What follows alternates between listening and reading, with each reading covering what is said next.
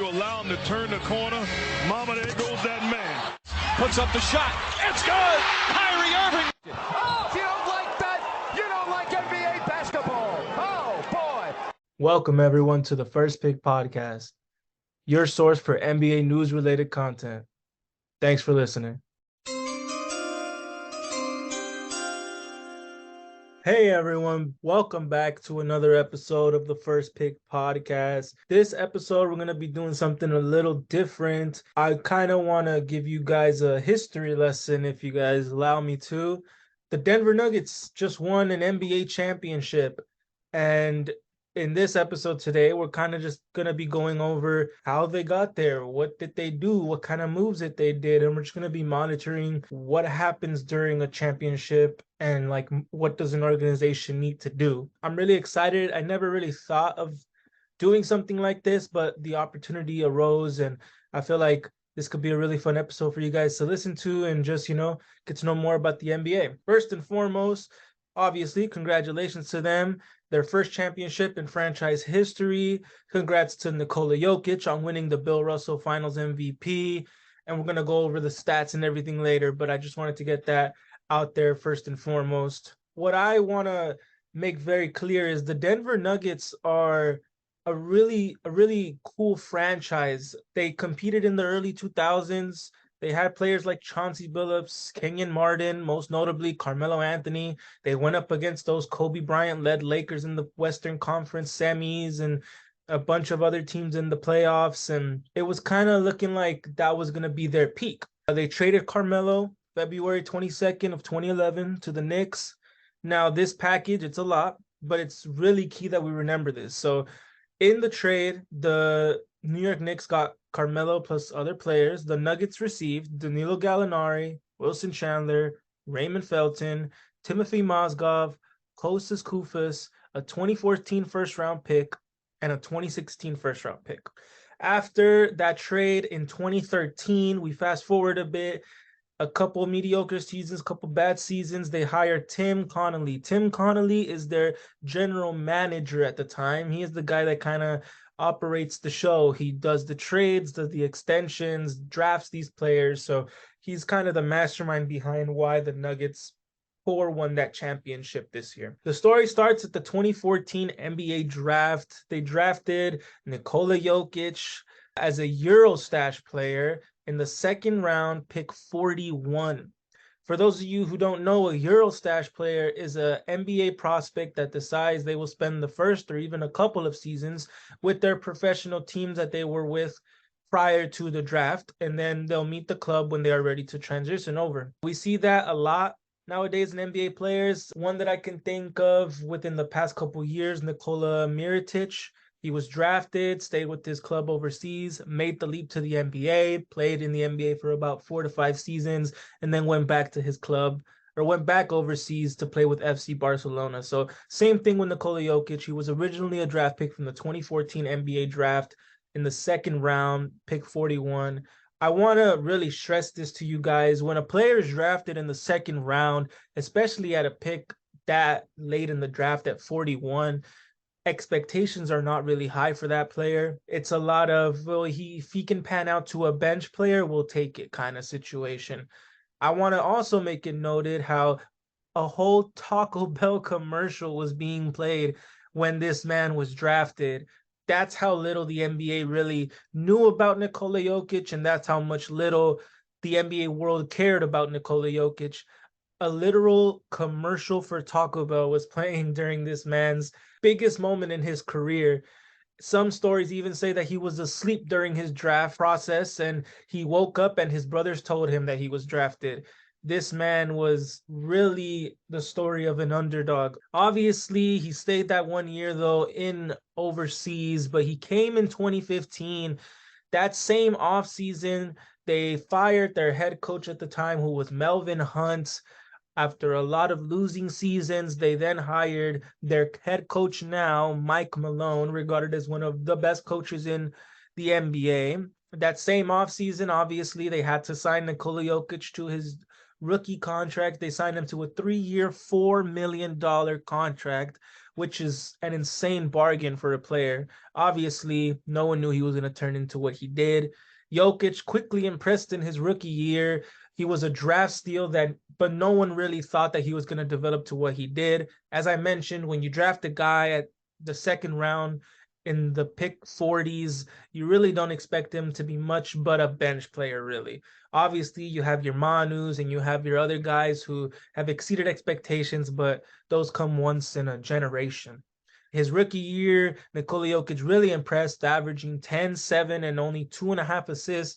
And most notably, he played 80 of the 82 games, and he was first team all-rookie. For those of you who don't know, an all-rookie team is essentially the 5 best players of that draft class, and acknowledging that they did really good that season. So he was one of the top 5 players in his draft class. And you can kind of see how in his rookie year, Jokic played a different brand of basketball from everyone. He played at his own pace.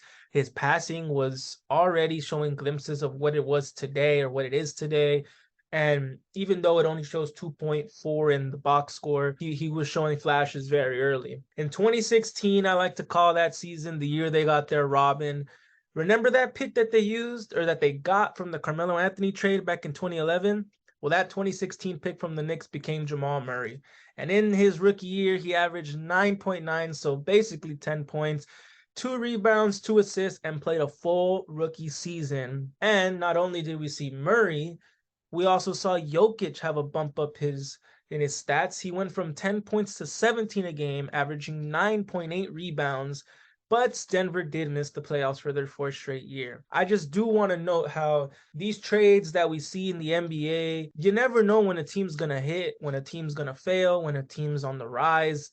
Getting that pick from the Carmelo Anthony trade back in 2011, you fast forward to 2016, so 5 years apart, and the fact that that pick became Jamal Murray, and Jamal Murray essentially so crucial to them winning this championship, is just, you never know what can happen. So I really do like that part of the story here. Fast forward a couple more years to their 2018 draft. They had just missed the playoffs in the last game of the season to the Minnesota Timberwolves, so which they were awarded the 14th pick in that draft class, and they selected Michael Porter Jr., another one of their core pieces to this championship team. Michael Porter was actually one of the best prospects in that draft before the season even started. He went to Missouri, but he suffered a lot of injuries. He had a big back problem. There was even stories about how Michael Porter was evaluated by multiple team doctors all at once, and they all were basically saying that he'd be lucky to play at least a couple seasons in the NBA. That's how bad his back was.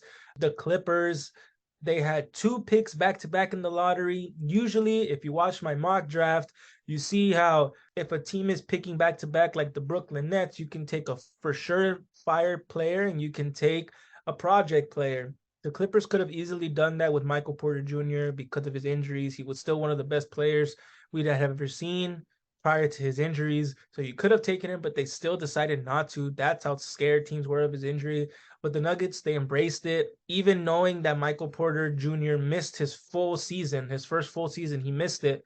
That same offseason, though, there was something to look forward to. Their guy that they signed to that 3-year, $4 million contract, yeah, Nikola Jokic agreed to a 5-year, $146 million contract. Pretty nice payday, if I do say so myself. He then went on to average 18.5, 10.7, so double-double, and the assists are starting to creep in at 6.1 assists in 75 games. He's an Iron Man in the NBA nowadays. He averaged a double-double. He's almost really high in assists for big men, so you can already start seeing the potential in him. So this is the 2019 season, and I like to call this season for the Nuggets the stardom of the rise for them. They started off the season hot, 21-9. Nikola Jokic really started to blossom. It was his first All-Star ever. He was an MVP candidate, and this year he averaged 20, 10, and 7.5 assists in 80 games. One thing I really like about Jokic is he doesn't miss any games. He's not flashy at all.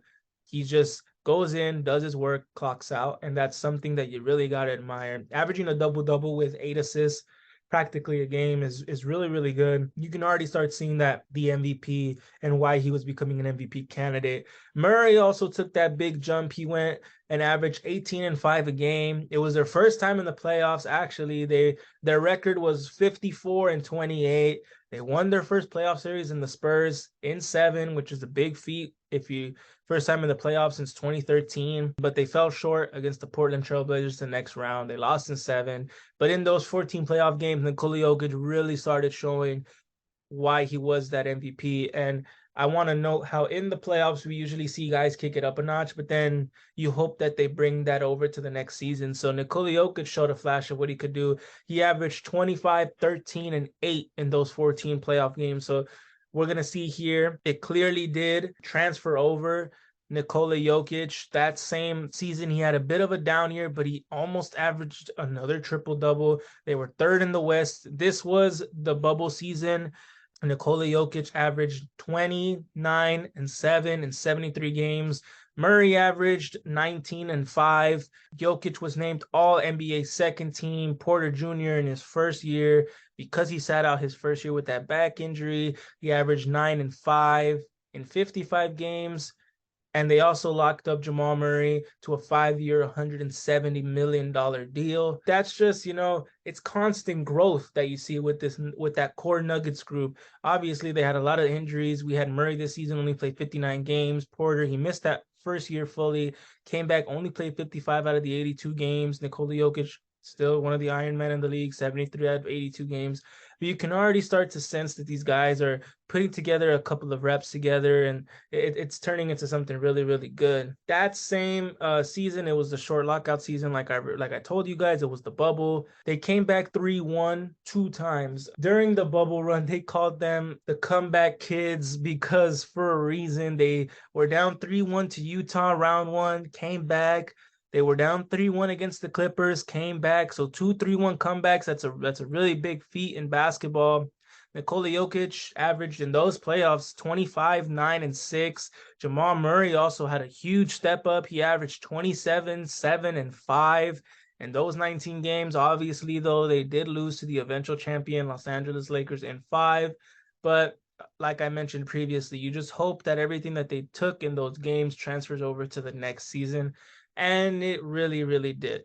That next year's trade deadline, they traded fan favorite Gary Harris, who was someone that they drafted, was homegrown.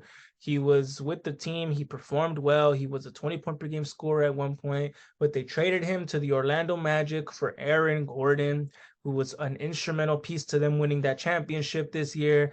Everything was going good for them that season until Jamal Murray tore his ACL, an injury which most players would have retired from. We've seen players like Derrick Rose.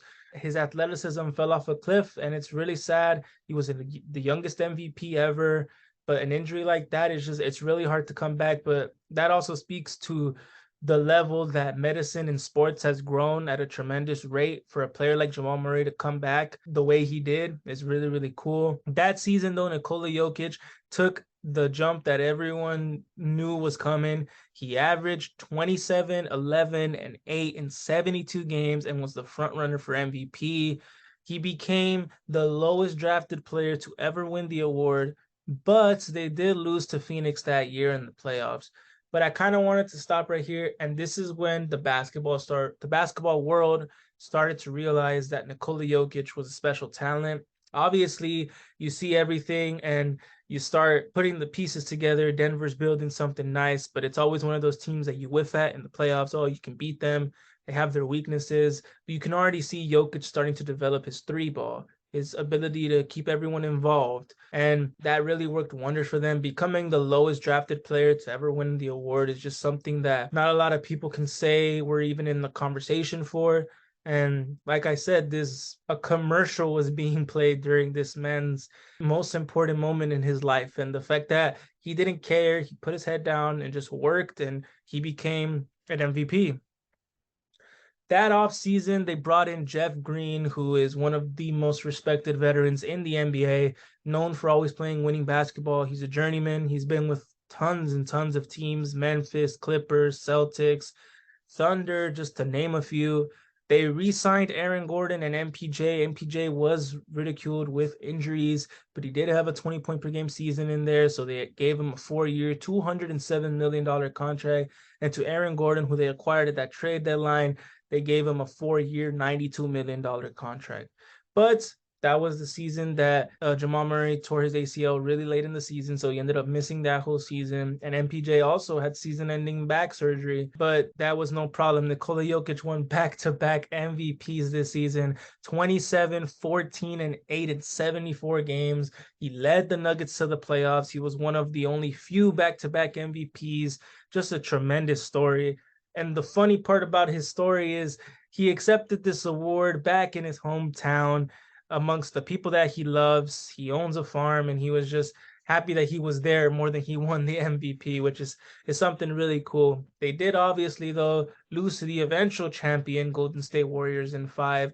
So if you start to notice this trend, the past 2 years, they've lost to the eventual champions, both the Lakers and the Warriors. So that's something to keep an eye out for. Now we're up to date to this past season where they drafted Christian Braun with the 21st pick out of Kansas. Christian Braun was a really, really big piece for them this postseason. We saw them play in spurts. He had a really big game 4. He won at the high school level, he won at the college level, and now he won at the NBA level. It's just a feat that only a couple players reach in their career, and now we can say that Christian Braun was a really, really key piece for them.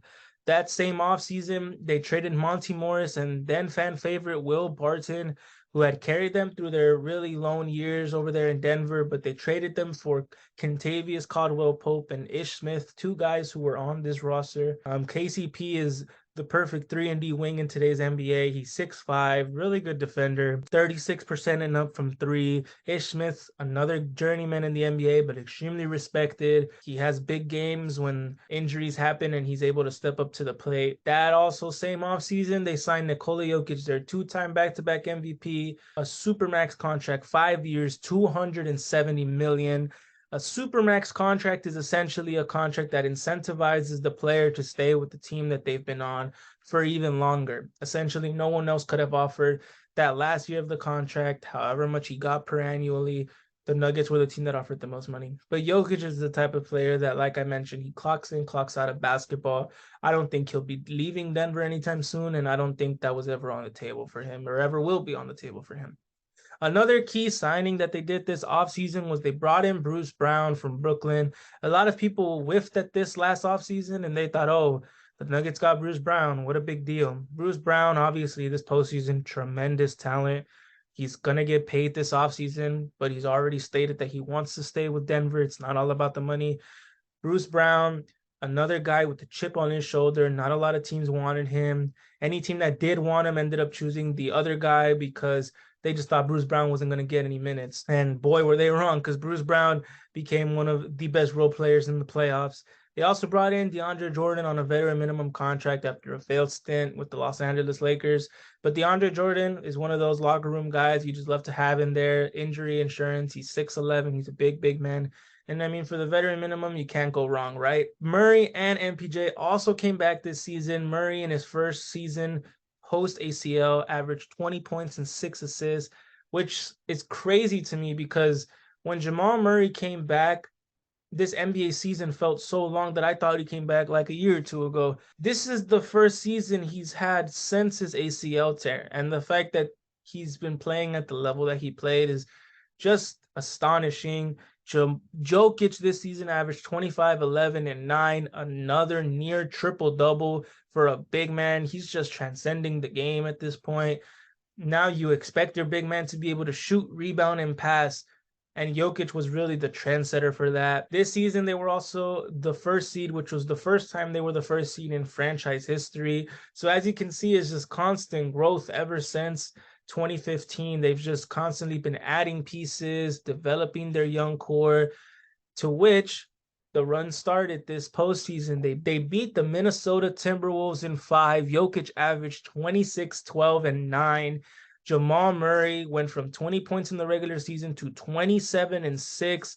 Murray was always one of those guys that just turned it on in the postseason, and He proved it once again this postseason. They then went on to beat the Suns. Jokic averaged a triple-double, a 35-point triple-double, 35, 13, and 10. Murray continuing the hot streak of 25 and 7. They then went on to sweep the Los Angeles Lakers.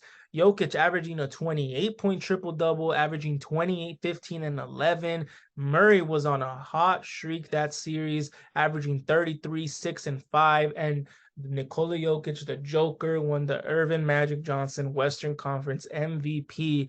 Anything that could have gone their way, those series went their way. They were hitting shots. They felt like they had an answer every time a team had an answer for them. Rose to the occasion. They never looked rattled at any moment. And like I said, they played eventual champions. They played the Lakers in 2020. They played the Warriors in 2021. They were battle tested. They were able to take the hits and throw a couple hits back at the other team. They made their first finals in franchise history against the Miami Heat, which they actually won 4-1 yesterday, or this will be coming out Wednesday. So they won this on Monday. Nikola Jokic was, of course, the finals MVP, averaging 30, 14, and 7 assists with 1.5 blocks. He is the first NBA player in NBA history to lead every single player in points, rebounds, and assists in a single postseason. This man had 600 points, 269 rebounds, and 190 assists in a single postseason run. This is coming from a guy who was drafted in the second round. No one expected this at all. A Taco Bell commercial was played when this man was drafted. And the fact that we can now sit here, back when he was drafted in 2014, he is now a back-to-back MVP, an Earvin Magic Johnson Western Conference MVP, a Finals MVP, and an NBA championship to go with him. It's just crazy, man. You got to start putting him in those top center discussions because he's doing this at a level and he's going at this pace that he's still young. He's 28 years old. This is the best years of his career. And he is not as athletic as everyone is. So you got to question, his game will transition really good. And let's not forget about the guy who just a year ago couldn't even walk. Jamal Murray averaged 20 and 10 assists. He had a couple games this series against Miami where he was a complete floor general. He had double-digit assists with 0 turnovers. He had big scoring bursts. It's just when Murray was drafted, people knew that he had this microwave scoring potential, but the ability to take over a game and the ability to basically shoot out a team, no one thought that was possible. And the fact that he did that and still averaged 10 assists is really, really good. As you can see, though, the Denver Nuggets went through their ups, they went through their downs, but ultimately it led to them winning their first ever NBA championship. And I kind of wanted to highlight them and give them their very own episode here at the First Pick Podcast. Without further ado, though, I want to say thank you guys for hearing me out, hearing this history lesson, if you call it. If you guys really like these, let me know. Give the podcast a 5-star rating, like it, follow the Instagram at _firstpickpod.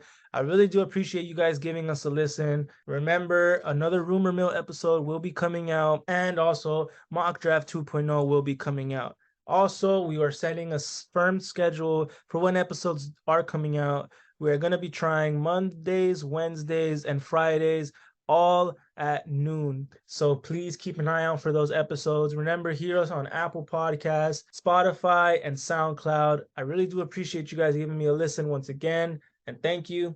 Peace.